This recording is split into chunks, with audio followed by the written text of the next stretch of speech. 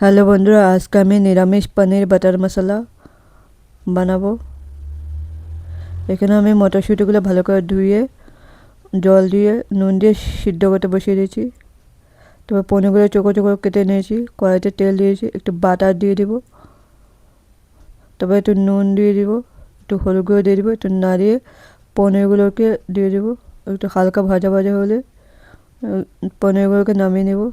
তারপর ওই তেলে টমেটো কুচি, লঙ্কা, কাঁচা লঙ্কা, বাদাম, আদা কুচি, একটু নুন দিয়ে ভাজা ভাজা করে নেব। তারপর ওই ভাজাটা ঠান্ডা হয়ে গেলে পেস্ট করে নেব।